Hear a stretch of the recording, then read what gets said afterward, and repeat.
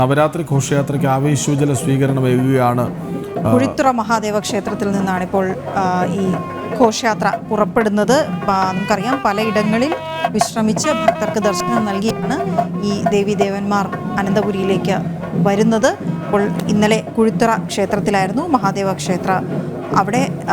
അവിടെ നിന്നുള്ള ഘോഷയാത്ര ഇപ്പോൾ അനന്തപുരിയിലേക്ക് ആരംഭിക്കുന്നതിൻ്റെ ദൃശ്യങ്ങളാണ് കാണുന്നത്. അവിടെ നമുക്ക് കാണാം കേരള തമിഴ്നാട് പോലീസ് സേന ഗാർഡ് ഓഫ് ഓണർ നൽകുന്നു.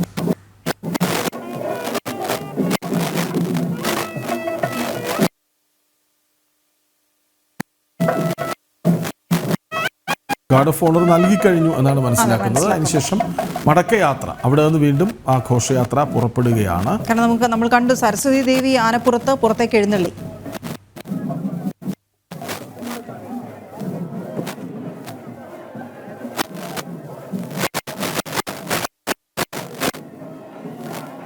അതായത് ഇപ്പോൾ കുഴിത്തുറ മഹാദേവ ക്ഷേത്രത്തിൽ നിന്നാണ് ഘോഷയാത്ര, നവരാത്രി ഘോഷയാത്ര ഇന്നത്തെ ആരംഭിച്ചത്.